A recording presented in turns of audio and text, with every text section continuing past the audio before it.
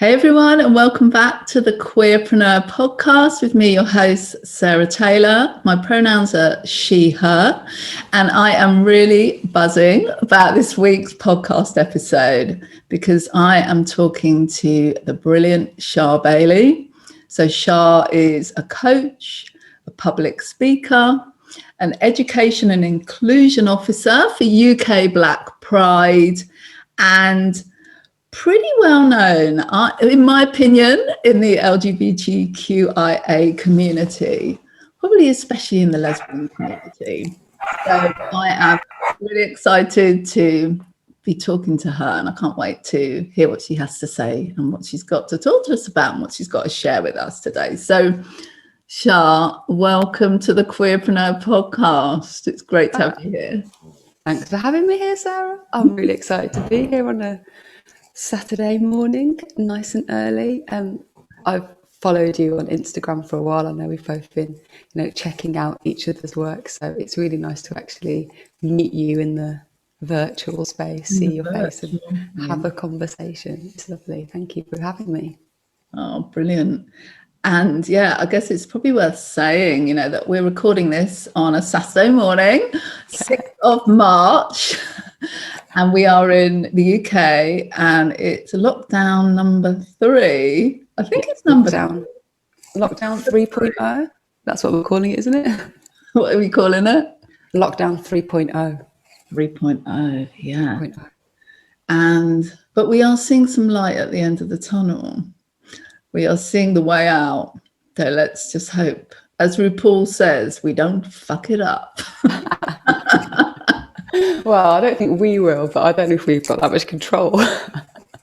Yeah, it's unlikely to be the public, actually. But anyway, we won't go into that. So how's lockdown been for you? Really suited me, actually.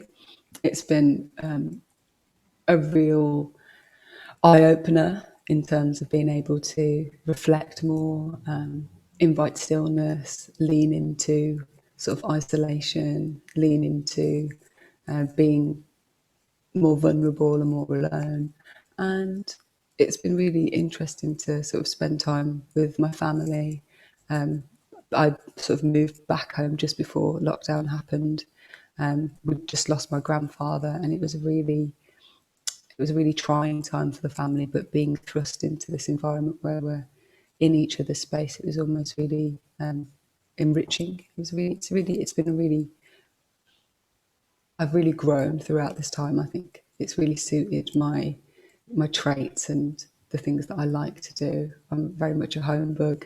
I'm very much a hermit. I like to be indoors. I like my space. I like working from home.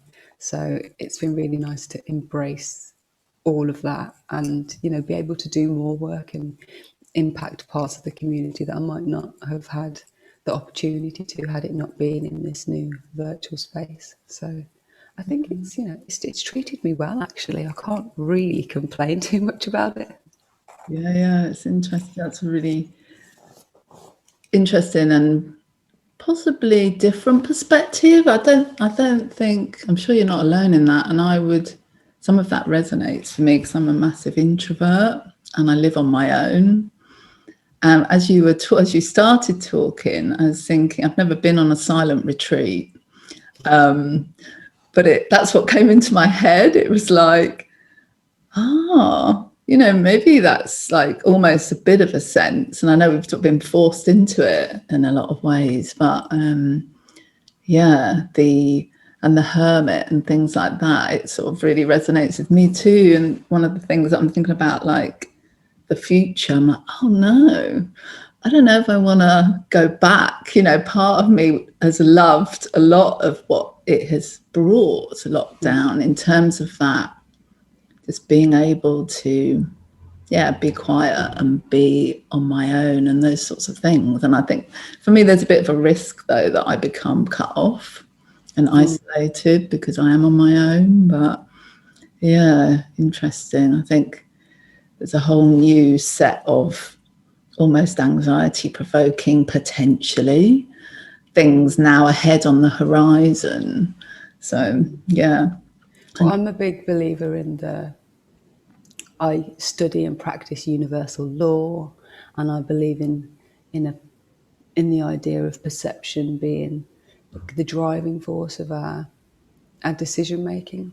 So I have too felt that anxiousness about reconnecting and finding a new space in the world, or a new way to present in the world, or just how to show up in the world now that we've gone through this odd experience. But on the optimist in me is actually really excited about that, and the idea of finding new ways to connect, the idea of understanding how somebody else went through that journey and what they learnt. I feel almost as though I have this artillery of tools now that I'm really excited to practice on people in real life when I see them, because I feel so much more knowing about myself. Like, for instance, yesterday, my phone screen, my partner accidentally dropped my phone and it just smashed, completely obliterated into pieces. And there was a time where that would have really sort of unsettled me, maybe stressed me out. I would have been like, for fuck's sake, phone smashed, I'm going to be shaving my lady hairs on my face all day, and I would have cuts. But actually, I was like, oh. And I just continued. I was making breakfast with my partner. I was, I was pretending to be sexy, and she was like, "Oh my god, I've dropped your phone." And I was like, "Yeah, but I'm just carrying on being sexy, and we're having a nice time, and the phone doesn't have to impede on this moment." And I think being in lockdowns really made me hone in on this idea that our life is a collection of these moments, and unless we hold on to these really exciting moments, then we'll look back and we'll have missed opportunities. I don't want to miss an opportunity to smooch my missus just because my phone screen smashed, because that's not important anymore. I think lockdowns really helped me prioritise a lot. Yeah, I love that. I'm thinking about that opportunity. You're making me think for my, about, it's obviously, It's what coaches do. Coaching. Yeah, it's bringing up for me is like this, which I have thought about, is what have I learned? What do I want to hold on to? Because I can choose to do that. It's all there for me to choose in terms of what the boundaries that may have changed, the things that I've learned and introduced into my own personal practices and all of that stuff. Just because there's some external factors going on, it's me and how I am and how I show up is within my control. So, yeah. All of the choice is freedom, isn't it? Yeah, of it. Yeah, and that's it's like our inner sanctuary, isn't it? It's ours, and we totally own that. So thank you for that. Thank you for that bit of reflection. You're Really welcome. helpful. And I'm sure it will be helping people, and they listen back to the podcast too. Hope so. Thank you so much. And could you tell us a bit about, who you are, what you do? And if you're comfortable, share your pronouns, that would be great as well. Yes, I love the idea of who I am and what do I do, because they're so different, aren't they? Such a different elements of a person. I suppose who I am to the world, I use she and her pronouns. I'm black and brown. I'm autistic. I'm a lesbian. I'm happy. What I do is utilise all of those things that make me intersectional and make me the person that I am. And I try to use my skills and my knowledge and my experience to help other people reflect on what they have inside of themselves. I'm a life coach, NLP practitioner. I study spirituality, reiki, healing, breathwork. And I try to take everything that I've learned and that I've known and put it into a way that other people can relate to it, connect to it, and gain something through a conversation or a interaction that's going to help them show up however they will feel the most comfortable and be the most authentic version of who they are supposed to be.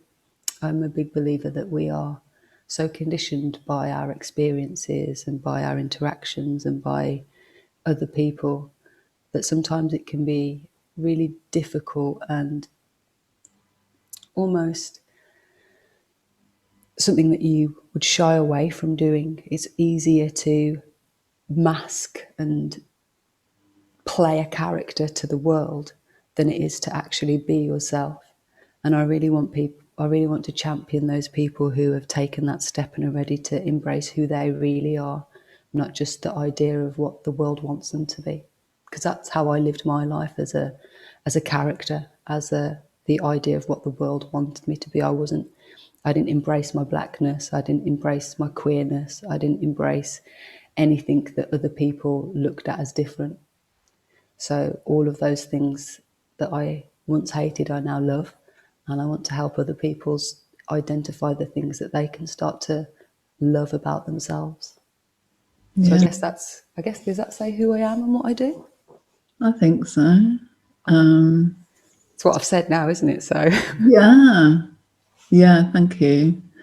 And what I heard a lot in there. One of the things I heard was, being authentic and showing up as who we are with all of our differences, all of our uniqueness, then we're in a way that's enough to help other people, because they see that, they feel your true energy, they feel the truth of who you are, and I think it creates that visibility for people to see that there are other people like them, that have similar parts of themselves, I suppose, and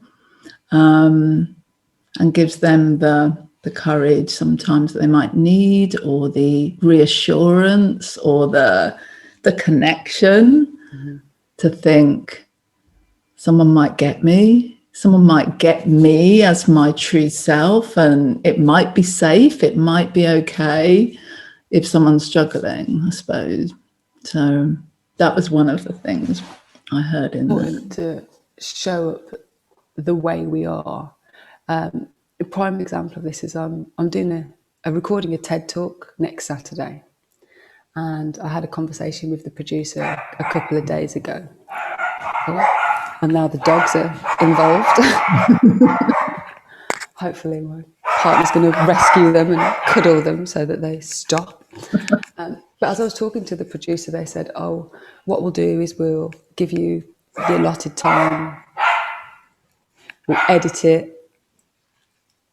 They're gone now, they're being cuddled now. And then we'll clip the best bits together, and it will sort of look seamless, and it will look like, you haven't made a mistake. And I said, well, I don't want that. I said, well, if I'm going to deliver, this talk to this community, then if I fluff my words, or if I miss a point, or if I say the wrong word, then surely that shows them who I am.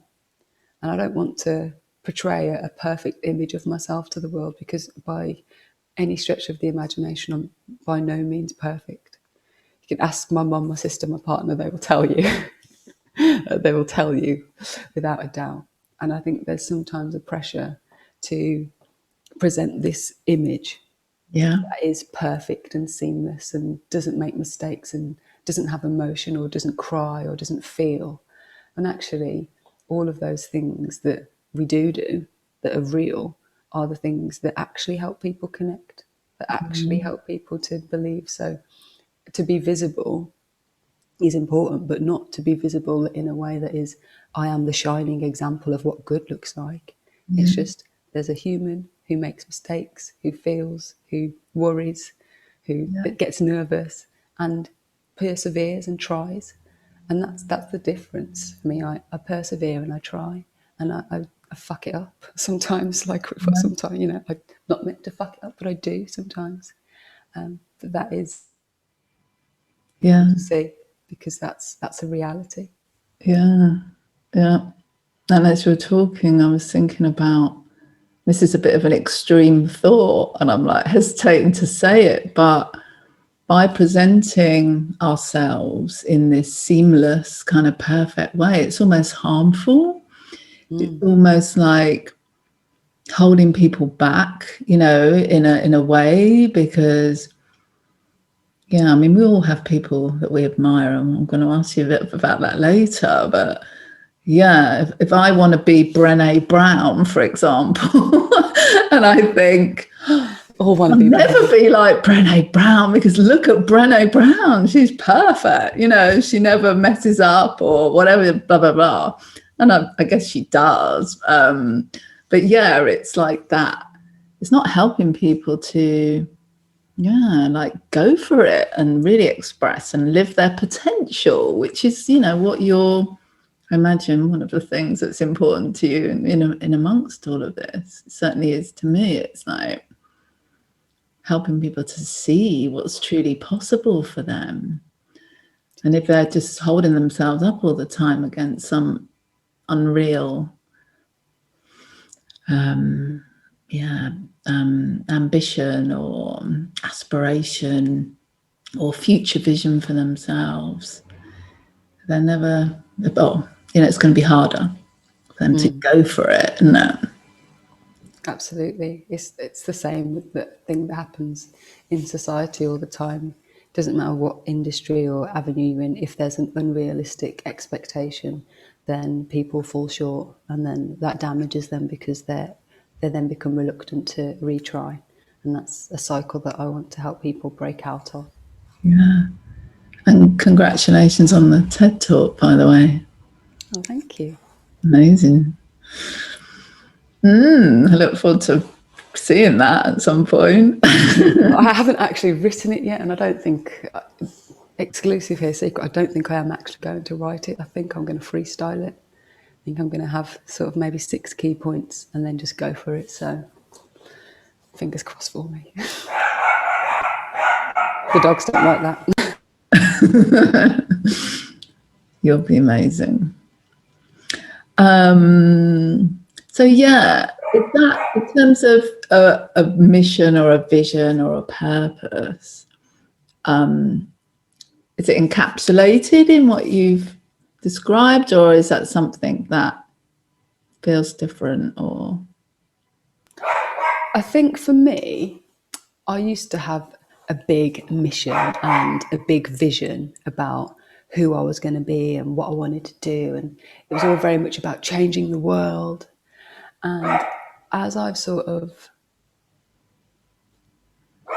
worked more on myself, I've realised that actually my mission is very simple, and it's simply to leave every person that I interact with lighter or interested or calmer, or just to have benefit, to have something positive come from every interaction with every individual, because I've experienced lots of things in my life where I've looked to the future and then the future's been far away and life happens.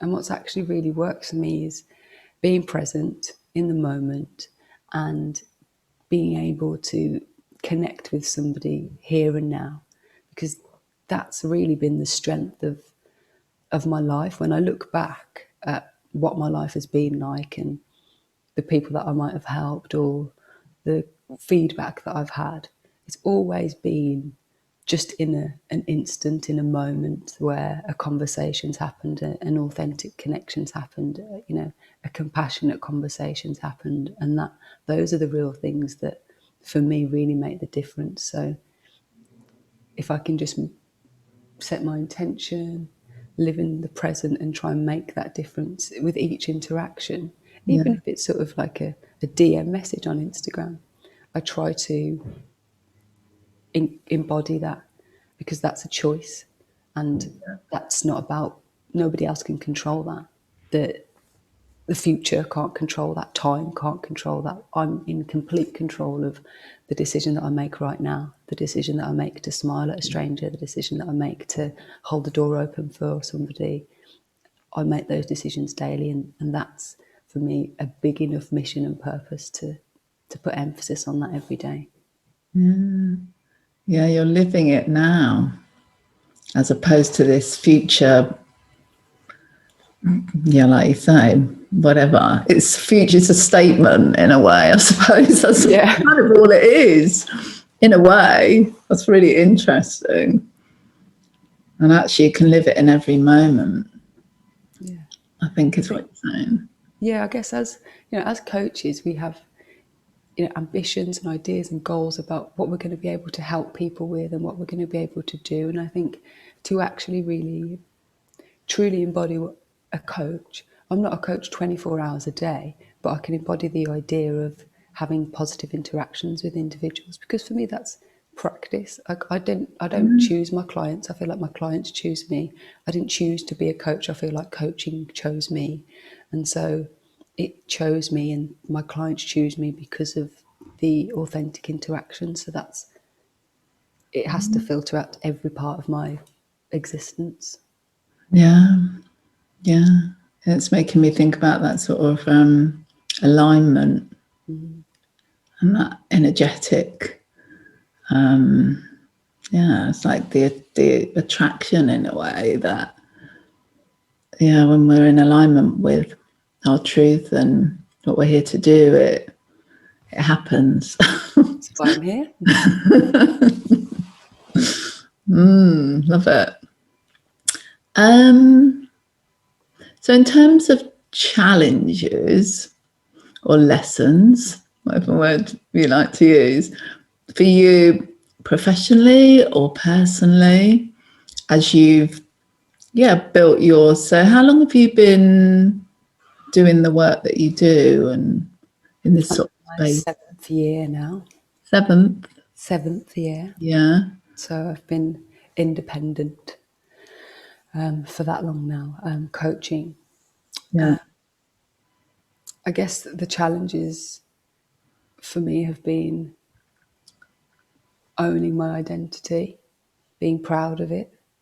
Though for a long time I wouldn't use my name Charmaine because it was a black sounding name. I wouldn't tell people that, people would assume that I'm mixed race, so that I'm black and white, but I'm actually black and my mum's Indian. I would hide that from people because of racism.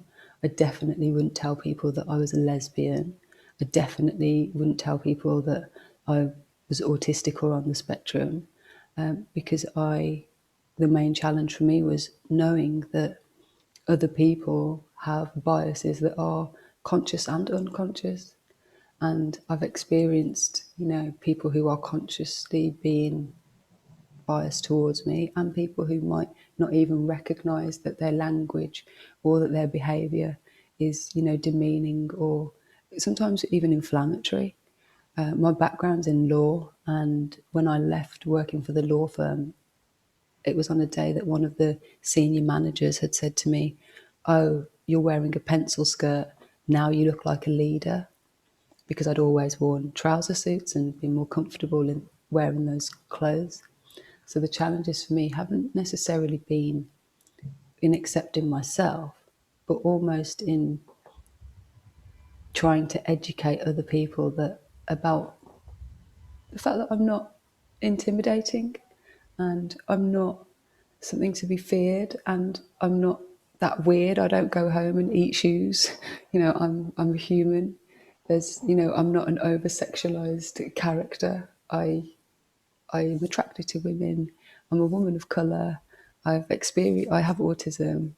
I have different challenges in the world, but that doesn't make me a threat to you or lesser than you or something that you have to shy away from.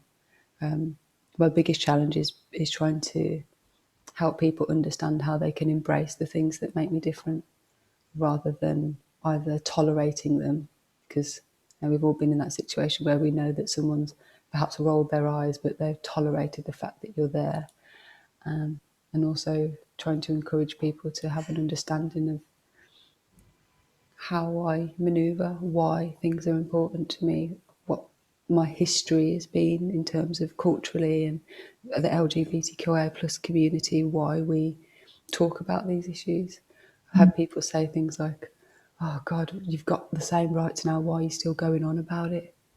And there's still 70 places around the world where people are being killed for their existence. So I think education's a massive part of that. The challenges for me have always been around how can I get this person to understand? How can I get them to hear me? Yeah, yeah, yeah. So it's that, like you say, I think that the conscious or unconscious bias, and the unconsciousness of, I mean, I can speak for myself here in terms of, it's like they can't see it. It's at that point where they can't see it, but that you can kind of almost sense it in a way. And you're making me think a lot today. Thank you so much for that. I'm thinking about with friends of mine, friends that I've known, for a long time, before I really dug into the work that I do now. So when I was, and it makes me think about something else now. I've got this like coaching session. When I was not really fully out at work in my workplace, so I had a corporate career for 30 years, and I came out to myself within that period of time.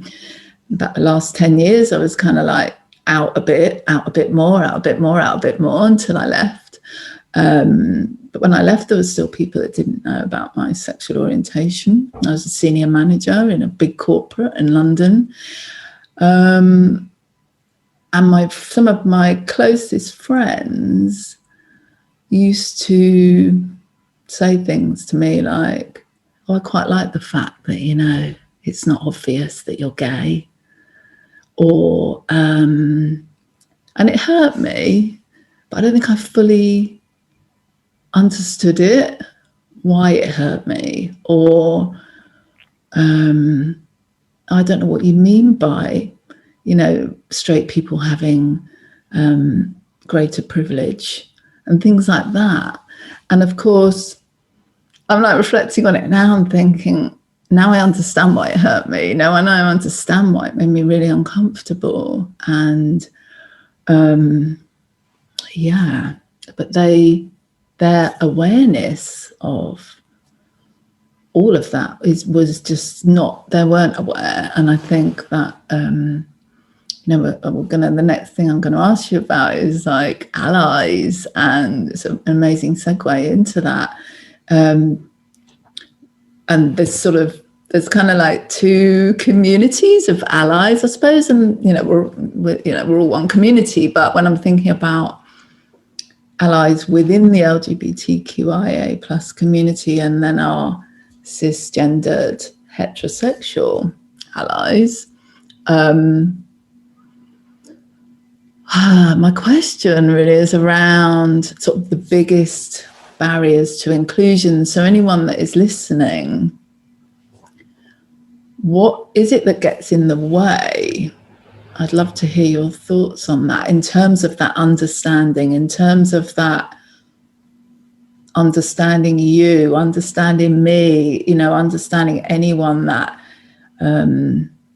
is in a marginalised community, or whether that's one group or several.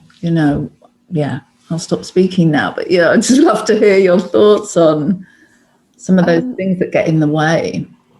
I think, I'm massively into personal development, and I am a big believer in the saying that when you point one finger forward, you point three fingers back. I have learned through my experience that the people who have the biggest issues with me are the ones that have the biggest problems with themselves. It's usually people who haven't done the work on themselves, who, if I'm a trigger to somebody just by existing, then that doesn't mean that there's a problem with me. That means that there's a problem, or maybe even not even a problem. That means that there is something to think about for that individual. it took me a long time to stop trying to explain myself and try to get other people to understand who I am. Like, it's taking me this long to just get some semblance of me understanding who I am. So how on earth am I going to explain to, Fred over there, who's come from a completely different world that I do? When people have an understanding of themselves, they unlock compassion, they unlock empathy.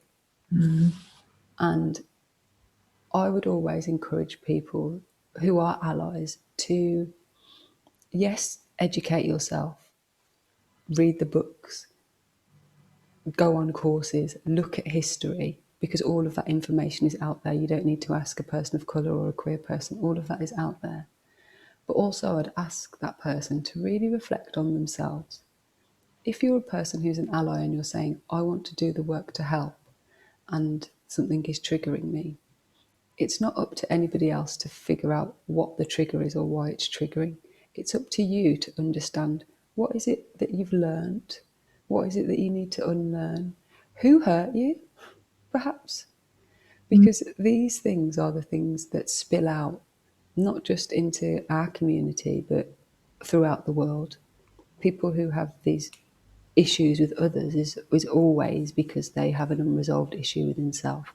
And if you really want to add value to a community, then bring yourself to the community when you can be of value to the community.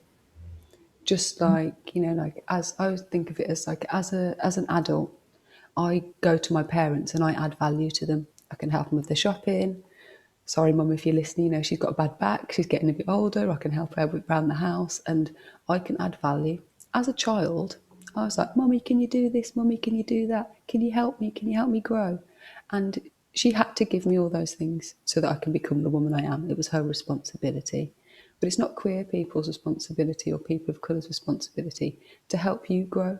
It's up to you to grow into this person that can then come into the community or come back home and say, now I know what I'm doing. How can I help? What do you need? Because until you're at that point, you're not adding value to the community. You're just adding another problem. It's like we've got another child to feed. Does that make sense? It does. I like it. I love that piece around, asking them to think about, that's what we need from them.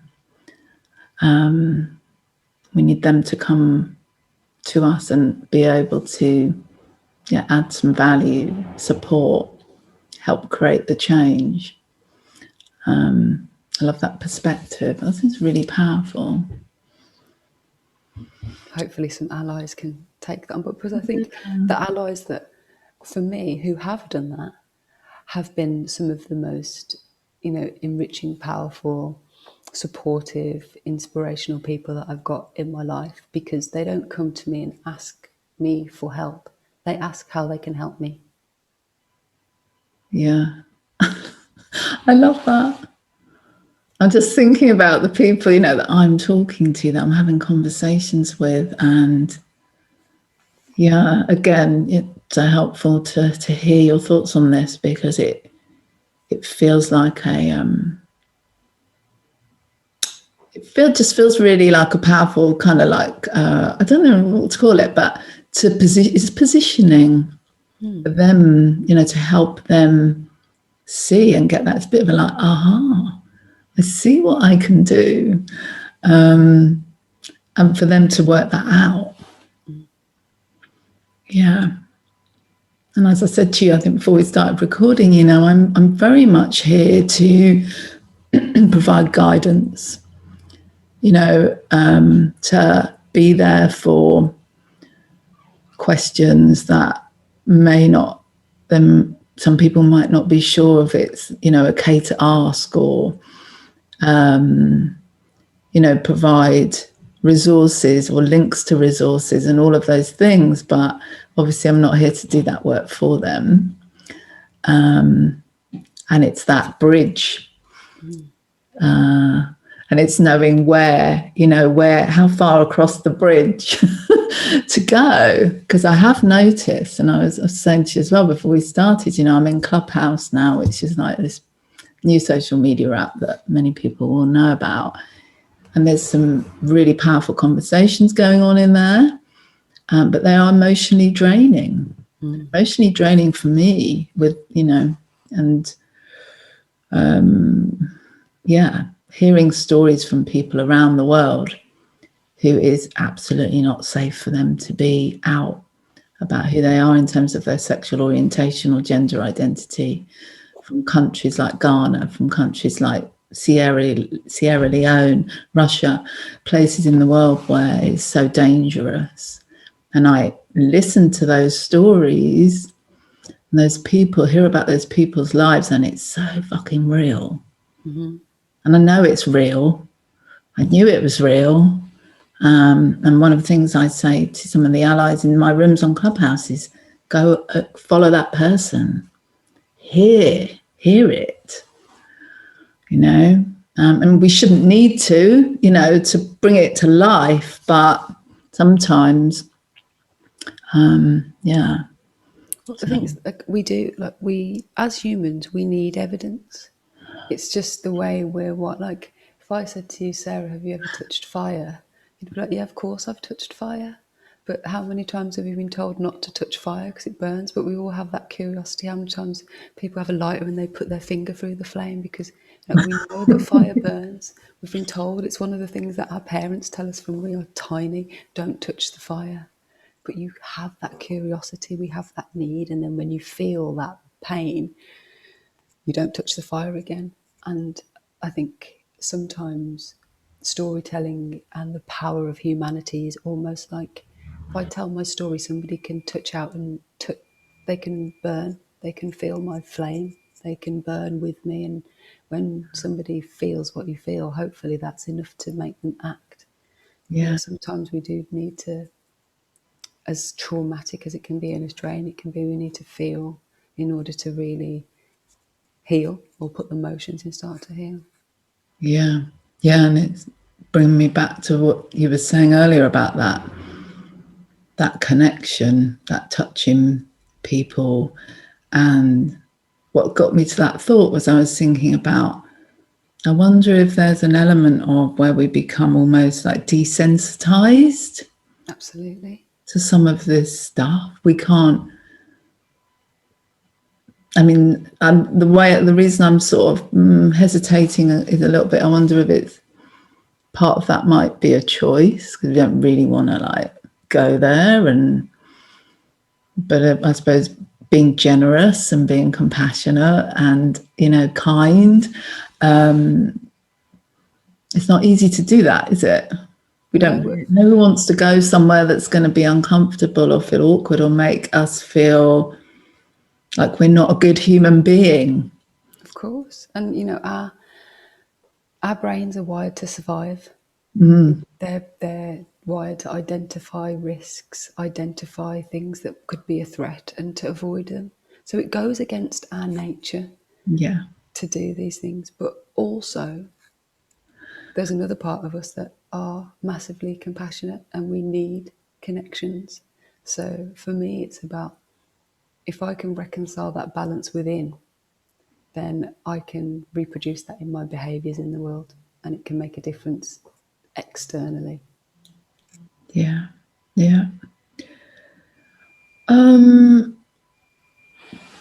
Is there anything else that you'd like to say to our allies before I move on to, I'm going to ask you about joy next. I think in terms of allies, there needs to become a time where we don't need allies.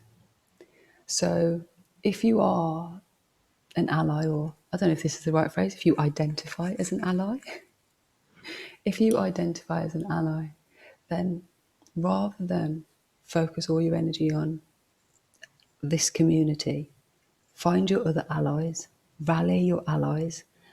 We don't just need you to be an ally. I need you to tell your brother and your sister and your husband and your wife and your partner and whoever to also be an ally, because one isn't enough. And we've been asking for relief for a long time.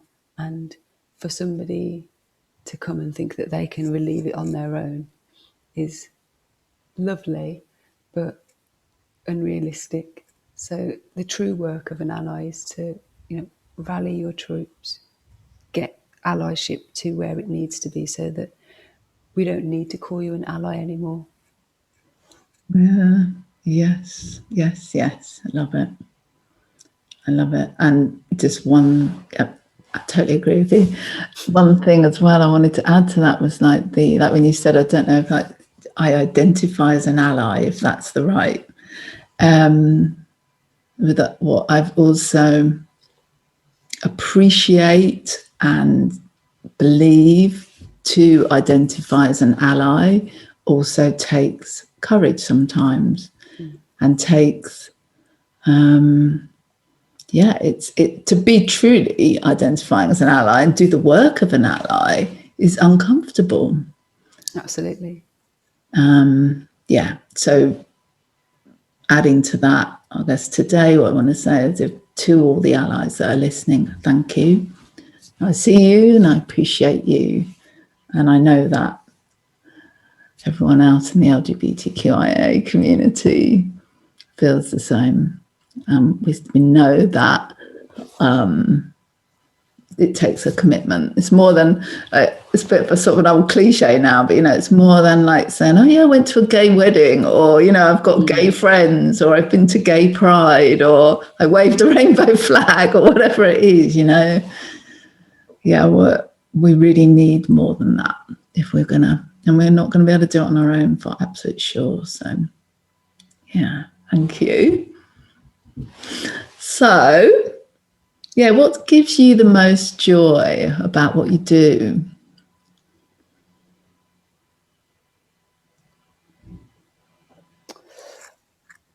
These words. I never thought about it like that. When I hear somebody say, I never thought about it like that, that's when I exhale, because those words mean so much. To me, it's almost like an I love you, because those words mean I am starting to see things in a different way. And that's why I do what I do, so that this lens, the way I see people, is that we all have light inside of us. We are the light. So you don't have to be love and light, because we are already the light. And our experience puts almost like lenses over us. Like, if imagine you put one experience, you put one pair of sunglasses on, so you see the world a little bit differently. And then you have another experience and you put another different colour lens on. And all these experiences break up these lenses. And these lenses, although they're protecting you from things, they're also preventing you from seeing and feeling different things. So when you start to unpack and do the work, you start to remove the lenses. And the more lenses that you remove, the more that you can see and feel, and not only the more you can receive, but the more you can give. And all of this light that you have inside of you starts to seem brighter to the outside world. And it's not necessarily brighter or not. It's always exactly the same light that's always energetically there, burning inside every single individual. So it's not necessarily that we have to do anything to become more light. It's just that we unpack all of these things so that we can unleash our light. It's already there. And when people say that, I never thought about it like that way, that to me says, I can remove a lens. Yeah. More of my light can shine through. And it stirs something deep in my soul, I don't even know what it is, but when I see that in another person, when I hear that, when they have that penny drop moment, I exhale, and there's a level of contentment, and I sit with that person in their contentment, because I know how trying it is to maneuver through the world with your shoulders up, with your brow burrowed, with your chin down, expect, almost like, you know, when it starts to rain and you sort of huddle up and you shelter yourself from the rain. People maneuver themselves through life with that energy because they're holding so much of themselves in. So when people say, I didn't think of it like that, it's almost like they're in the sunshine, their shoulders gone back and they're relaxing and they start to become who they're supposed to be. And that for me is that is joy. Yeah. That is the joy. Because I think happiness comes from when something is happening, it's external, there's a catalyst, and joy comes from this feeling within. And so when people really tap into this, what's actually going on within me, that's really my everything when it comes to work. Yeah. Like a liberation, like a, that was the word that was coming up for me. They're sort of like they're freed, or or something like that. And It's like, jump in, mate, we're going Brighton. and yeah, like you, it's like, I don't know, this is just my sort of sense of what you were saying. My kind of, what my reflections was, it's like you're exactly doing exactly what you need to be doing, or what you're here to do, kind of thing, in that moment. What you're giving, your service, if you like. Yeah, it's massively purposeful for me. Yeah. I had a near-death experience when I was 16, and part of that was deciding that my purpose is bigger than my person, and understanding that only through connecting with others I can become who I'm supposed to be. I had a lot of ego growing up. I was very good at things. I was autistic, so I was very focused and I'd concentrate on things. And I was very intellectual and very sporty, and I had lots of things going for me. And I didn't really ever really think about how the impact it had on the world. And that moment of realization when I was, seeing the angels, I like to call it, was about recognizing that this life is about what we can give, not what we can get. And I feel as though like I've given so much, and it just so happens that the universe is beautiful, and that there's this beautiful polarity between what you give and receive, and the more I seem to give, the more I seem to get. So it's sort of, I was prepared to make this sacrifice at that time. I was like, right, I am giving my life to others, very, falling on my sword. But actually in understanding that it's more about that exchange. Yeah. Yeah. Yeah. Yeah. And I mean, that came to me a lot later in life, that sort of sense. And I think I'm definitely still, kind of learning about that and developing my trust. And the more that I'm trusting that that is the way it works, I suppose, the more I'm seeing that that is the way it works. And it's just like, it's incredible, really, for my, it's like, I wouldn't have, now I believe it. Now you've touched the fire. Before I was like, well, I'll give it a go, but I'm not really sure, Yeah, amazing. Thank you. So, yeah, a couple more questions. In terms of role models of people that inspire you, who would they be? So, my mum, first and foremost. I come from a long line of powerful women. My mum and my grandmother's grandparents. They're massively inspiring. They come from, I suppose in our world, we'd say they come from nothing. They, come from poverty, like a village in India. They have worked. They're very intuitive. My grandmother had healing hands.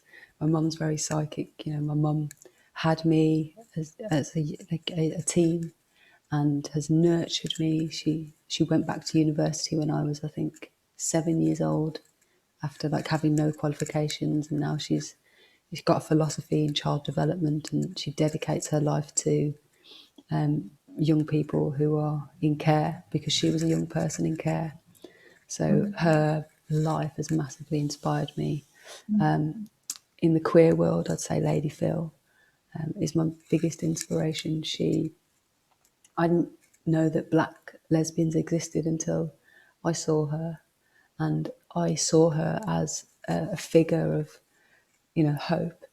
And I almost ran to her with can you sign this for me? Because I was so in awe of her, and she embraced me as a sibling, and she took me under her wing and has mentored me and loved me and nourished me and shown me what sisterhood is, and shown me what blackness is, what queerness is, what it means when people say queer black joy, and has made me feel as though I'm valid and worthy enough to experience that. Wow. And then I guess the other person I would say is Audre Lorde, just simply because she said women are powerful and dangerous. And I just love the idea that women are so often seen as subservient and non-threatening. And when I think of myself as being dangerous, I don't think of it as a negative connotation. I think something that's dangerous is maybe something that can make a difference, and there is something dangerous about the work that I do. I think that, my dad always says to me, you'd be dangerous if you had a brain. It means meaning that you could really do some good in the world. Amazing stuff. Yeah. So yeah, for me, it's that, I guess. Yeah. I loved what you said about Lady Phil. I love Lady Phil. Oh, that's amazing. Oh God, love you, Phil. Yeah, for anyone that doesn't, well, I'll put the links, any links that we've talked about in the show notes, but anyone that's not familiar with her, do make sure you check her out. She's incredible. She's incredible. There are no words, just Google her. Thank you, Char. So the next steps for you, your business, your work, what's happening over the next sort of 6 months to a year? Because I write courses, so I do a lot of course writing. That's the majority of the work that I'm sort of doing day to day. I'm also working for Coventry City of Culture at the moment. Coventry's one city of culture, so I'm training, I guess, all of Coventry on equality and diversity. I've just written a course on that, so that's something I'm really proud of this year. But I'm really focused on the work that I'm doing in schools this year. My sister is 16. She is missing out on her GCSEs this year, and being back at home and recognising how much of an impact that's had on her and her peer group, I've written a course for schools which focuses on self-awareness, confidence for young people aged 13 to 18. So I'm literally dedicating the next 6 months to that demographic of young people, because I work all the time. I'm not going to stop hosting. I'm not going to stop seeing my clients one-to-one. But when it comes to the, a 9 to 5 things that I can actually do in the day, I want to dedicate this time to young people, because I think they are the ones who are really going to suffer from COVID. And being in the position where I'm self-employed, I have the power to decide where I want to put my energy. Yeah. That's exactly where it needs to, for me, that's where it needs to be this year, because that's important for me this year. Wow, I love that. I might get you involved. Come and help me. Say what? Come and help you. Yeah, I might have to get you involved. Yeah, I will. I love that. Yeah, I'll talk to you maybe a little bit more, find out how you're doing it, how you're delivering it, and all that stuff. I guess one thing that popped into my head, and I'm not sure if you're aware of this in terms of young people and COVID and pandemic, is that, the charity, I know you know them, Just Like Us. I do, yes. I'm an ambassador. Yes, I thought you were an ambassador for them. Are you an ambassador for the Albert Kennedy Trust as well? I am, AKT, yeah, and I'm an ambassador for Albert Kennedy Trust. Just Like Us, Open Indoors London, which caters to LGBT over 50s, and there's the one that I've just... Childline? A Childline, that's the one. Yeah. Shout, Yeah, give us a shout. I've been doing my homework.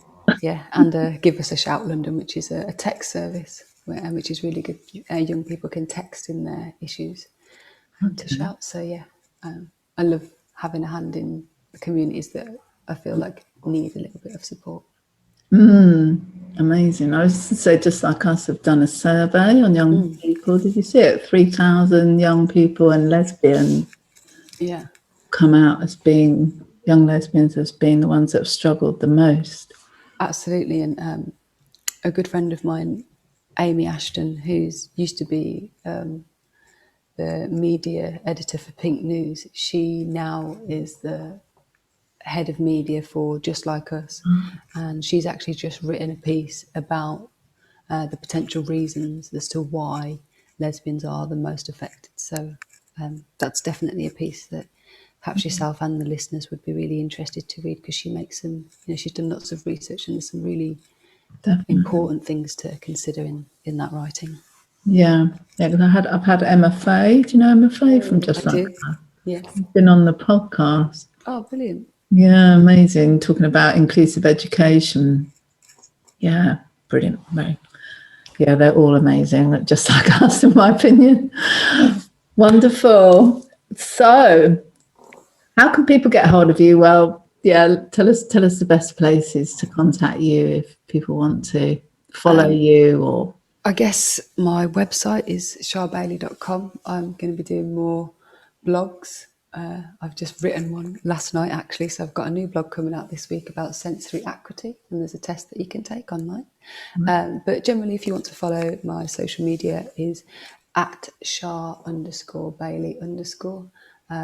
And I do a little bit on Instagram and I tweet a little bit.